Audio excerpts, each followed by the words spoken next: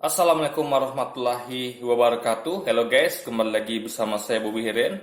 Kali ini kita akan bahas tentang anti NKRI ya. Jadi kita akan belajar bahasa ya guys ya, bahasa Indonesia, pemahaman bahasa Indonesia dasar ya.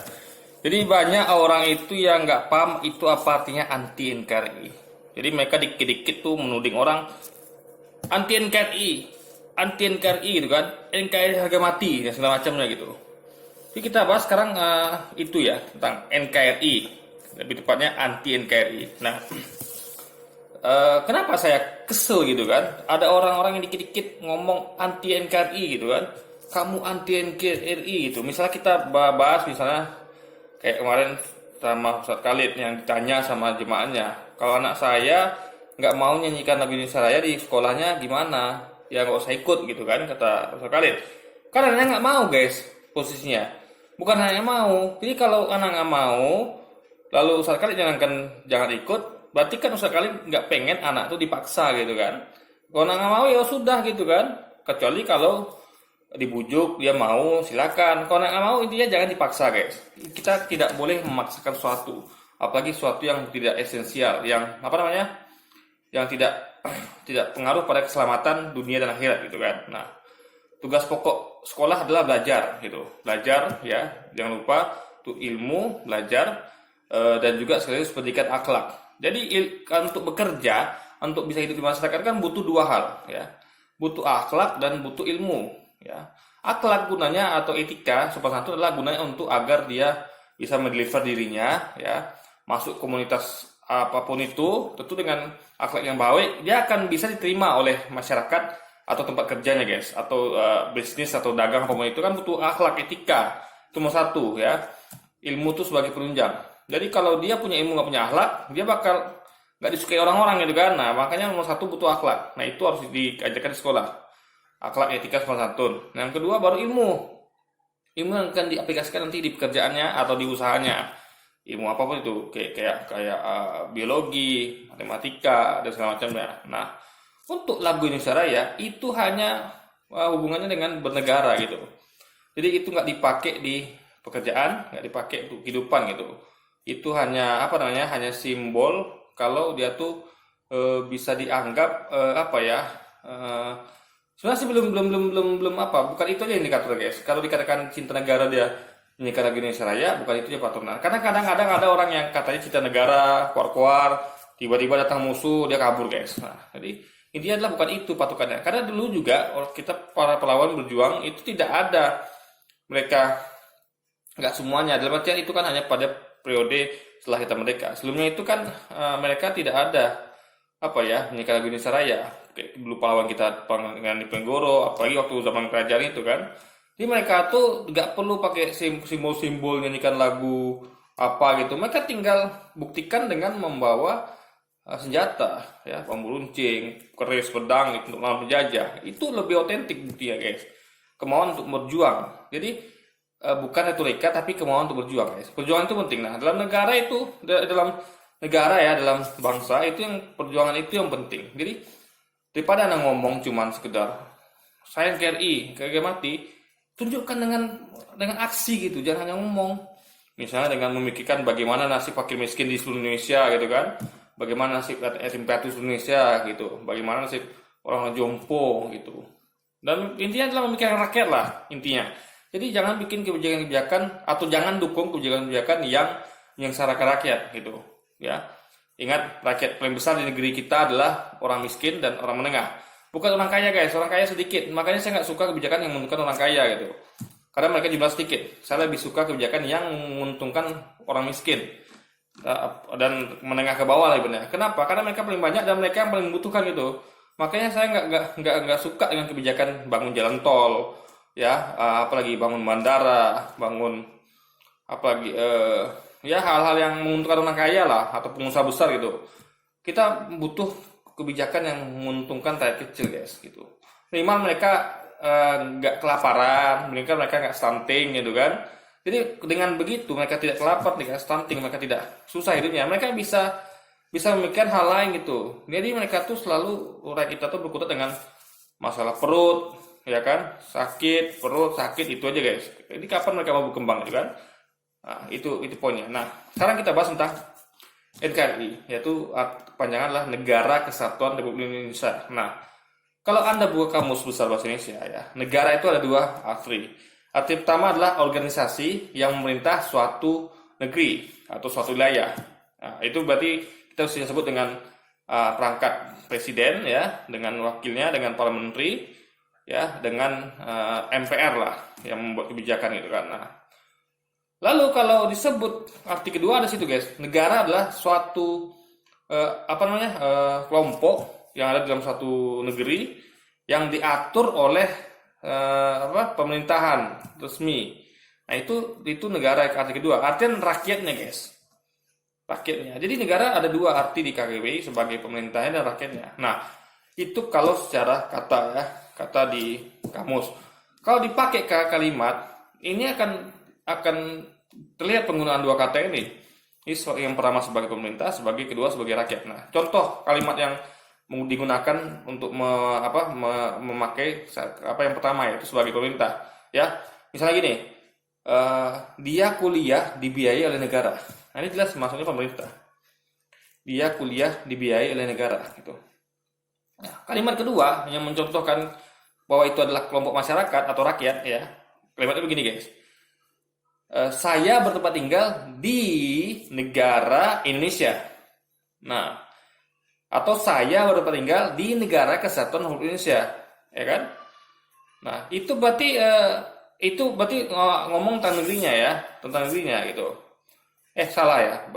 Intinya yang kedua itu bukan apa guys, bukan rakyatnya, tapi wilayahnya, wilayah. Jadi negara itu hampir mirip persamaan dengan negeri guys, negeri, yaitu wilayah. Jadi saya bertempat tinggal di Negara Kesatuan Republik Indonesia. Berarti itu namanya wilayah gitu. Karena kalau pemerintah nggak cocok kan, masa saya tempat tinggal di MPR, di presiden atau wakil presiden atau menteri kan? Itu melalui kepala wilayah. Jadi kalau dikatakan saya bertempat tinggal di Negara Kesatuan Republik Indonesia, itu artinya wilayah Indonesia dari Sabang sampai Merauke. Nah, antara itu. Tapi kalau dikatakan saya kuliah dibiayai oleh negara, ya itu baru rujuk pada pemerintahnya.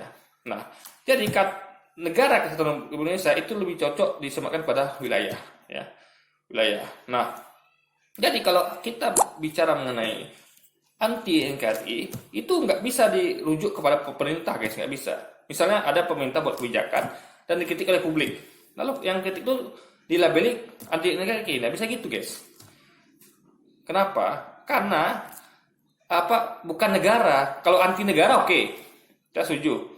Misalnya ada pemerintah bikin kebijakan kita kritik, itu kamu anti negara, oke, kita setuju. Anti negara, kamu anti negara, oke. Tapi kalau kamu anti negara Kesatuan Republik Indonesia, itu nggak cocok, ya. Karena sekali lagi itu bicara mengenai wilayah, ya. Nah, yang kedua, yang berikutnya, ya perlu diketahui ya, kalau kita ngomong tentang Negara Kesatuan Republik Indonesia atau negara Indonesia, ada negara lain, negara Singapura, negara apa, ya kan? Nah, itu artinya bicara mengenai keadaan negara itu gitu. Nah, jadi misalnya gini, kalau kita katakan anti NKRI, berarti kita anti negara kita baik gitu. Baik dalam artian di sini tentu maju, rakyatnya sejahtera gitu kan. Nah, jadi kalau ada orang-orang yang tidak menginginkan negaranya negerinya tidak sejahtera, ya negeri tidak maju, rakyatnya tidak sejahtera, itu berarti dia anti NKRI. Dia bukan orang-orang yang mengkritik kebijakan pemerintah gitu kan. Nah, kalau itu disebutnya anti negara, dan itu pun bisa saja dikatakan anti negara, tapi ada level-levelnya guys, ya. Anti negara yang sampai ke memberontak, separatis itu baru nggak boleh. Tapi kalau anti negara, kalau cuma mengkritik itu sah-sah saja gitu. Karena ya, sedangkan kita aja punya DPR. DPR itu lembaga yang tugasnya mengkritik pemerintah, mengawasi pengkritik. Nah, itu perlu dipahami ya. DPR adalah lembaga ya, lembaga tinggi negara, tinggi atau tertinggi saya lupa ya, yang tugasnya mengawasi atau sebagai watchdog-nya MPR dan presiden serta menterinya, ya. Itu DPR. Nah, itu tugasnya mengawasi dan mengkritik negara gitu kan, mengkritik negara atau pemerintah. Nah, dan ingat, DPR itu adalah wakil-wakil kita rakyat. Nah, karena kita nggak mungkin semuanya itu ngomong gitu kan, mungkin pemerintah mendengar semuanya gitu, makanya perlu ada perwakilan agar suara kita tuh lebih mengerucut guys, dan seperti ibaratnya kayak bola salju, ibaratnya kayak yang air-air itu yang tetes-tetes itu dikumpulkan jadi dalam sebuah ember gitu guys. Nah, jadi itu. Jadi kalau ada paham apa termin ini, kalau DPR adalah penyambung lidah rakyat, berarti kita sama kayak DPR eh, dalam arti pengawas dan pengkritik pemerintah. Sama guys kita DPR, cuman mereka adalah wakil kita gitu. Nah, jadi kalau DPR nggak bergigi, dia manut aja sama MPR sama presiden, meskipun itu kebiasaannya menyengsarakan rakyat, tidak menguntungkan rakyat, ya itu sama dengan apa namanya, apa ya, seperti tadi anti NKRI. Jadi justru orang-orang anti NKRI adalah orang yang diam saja ketika ya rakyat menderita, rakyat sengsara, gitu, rakyat sengsara. Karena gini, indikator negeri itu ya kan, itu kan bukan berupa apa di negeri itu ada jalan tol, ada pelabuhan bandara, enggak. Jadi indikator kemajuan atau kesejahteraan negeri itu adalah ya dari rakyatnya, guys. Karena rakyat itu malah hidup gitu. Ya kan? Anda bayangkan ya Anda bayangkan waktu di mana ya? Satu tempat yang mana itu dibangun megah-megah gitu. Tapi rakyatnya nggak makan, guys, gitu. Jadi itu hanyalah negeri yang semu gitu. Jadi itu kemajuan semu. Kita pengen kemajuan tuh yang untuk rakyat. Makanya saya senang ya, meskipun di suatu negara itu tidak ada bangunan tinggi, tidak ada penduduk besar lagi, tapi rakyat sejahtera itu lebih penting. Karena negeri itu butuh nyawa, guys, butuh soul, jiwa gitu, butuh keceriaan, butuh kebahagiaan, butuh kesejahteraan, dan itu dicapai dengan kemakmuran rakyatnya. Ingat, bukan berupa bentuk bangunan-bangunan. Bangunan-bangunan itu hanya untuk mendukung saja agar mendukung agar memudahkan rakyat untuk beraktivitas itu. Makanya dan rakyat ini yang tentunya diprioritaskan yang banyak, yaitu yang mayoritas rakyat menengah ke bawah, guys. Nah gitu. Makanya apa sih kebutuhan rakyat menengah ke bawah? Mereka butuh jalan tol enggak? Mereka butuh pabrik, mereka butuh pasar murah, mereka butuh apa lagi? Mereka butuh subsidi. Misalnya subsidi pertanian, perkebunan, peternakan, sehingga mereka mudah untuk berusaha, guys. Mereka dikasih modal gitu kan. Nah itu kebutuhan rakyat kecil. Mereka nggak butuh jalan tol, mereka nggak butuh bandara internasional, ya dan mereka nggak butuh pelabuhan, ya kecuali karena itu kan butuh pemain besar itu, yang kecil-kecil nggak mungkin main di situ, menengah ke bawah nggak mungkin main di situ, itu hanya pengusaha besar. Dan itu pun pengusaha besarnya harus mempekerjakan orang kita, jangan tenaga kerja asing gitu, dan juga dari rakyat menengah ke bawah gitu kan. Tapi kan sekali lagi mereka rakyat menengah ke bawahnya terbentur masalah ekonomi, mereka terbentur jasa, guys, terus skill juga gitu, karena mereka udah punya dana untuk sekolah gitu kan, untuk mencicipi pendidikan tinggi atau kalian-kalian yang dibutuhkan oleh perusahaan-perusahaan besar itu gitu. Karena mereka jangan lagi untuk namatin SMA aja susah, guys, belum tentu tamat SMA gitu kan, apalagi satu gitu kan. Nah jadi harus pikirkan, jadi yang mereka butuhkan langsung menyentuh adalah modal, guys, modal. Makanya kalau saya di pemerintah ya, saya akan kasih modal dari dana untuk bangun jalan tol atau pelabuhan atau bandara yang untuk pengusaha besar itu kan saya alihkan untuk modal bagi rakyat kecil gitu. Ya, satu rakyat itu paling butuh 5 juta lah ya 5 juta. Ya kasih aja dia dagang apa lu pelan-pelan, kayak jual cilok atau jual apa gitu kan. Atau misalnya negara bisa kayak dulu buat program transmigrasi gitu kan. Kayak kasih tanah itu kan gratis, guys, karena tanah itu punya negara kan, tanah-tanah di mana-mana gitu yang punya negara gitu. Nah kasih mereka tanah, biayai mereka ya, mereka mau ternak apa nih, sapi, kambing, kerbau, mau kebun apa, bertani apa, kasih mereka modal gitu.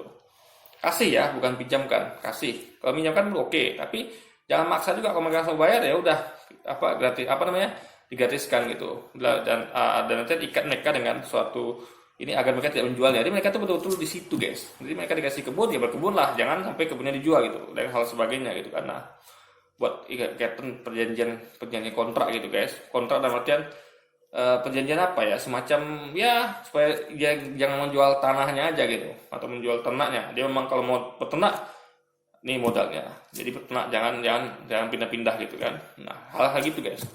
Nah, jadi kalau dikatakan sekali lagi ya yang perlu dipahami, kalau dikatakan anti NKRI berarti anti terhadap ya hal-hal yang membuat NKRI ini maju sejahtera, adil dan makmur. Nah, makanya justru orang-orang yang anti NKRI adalah mereka yang banyakkan yang label orang lain itu sebagai anti NKRI. Karena orang yang cinta NKRI itu dia akan selalu berusaha untuk mewujudkan negerinya ini menjadi negeri yang adil makmur, ya sejahtera, maju gitu guys. Dan itu bukan dilihat dari bangunan-bangunan tinggi atau infrastruktur mewah atau infrastruktur yang untuk orang kaya, tapi bagaimana infrastruktur yang digunakan untuk rakyat kecil menengah ke bawah, kayak pabrik, jalan-jalan gratisan gitu kan, jalan-jalan di pedesaan, karena itu urut nadi ekonomi rakyat, bukan jalan tol ya sekali lagi ya. Jalan tol itu hanya menguntungkan pengusaha besar gitu.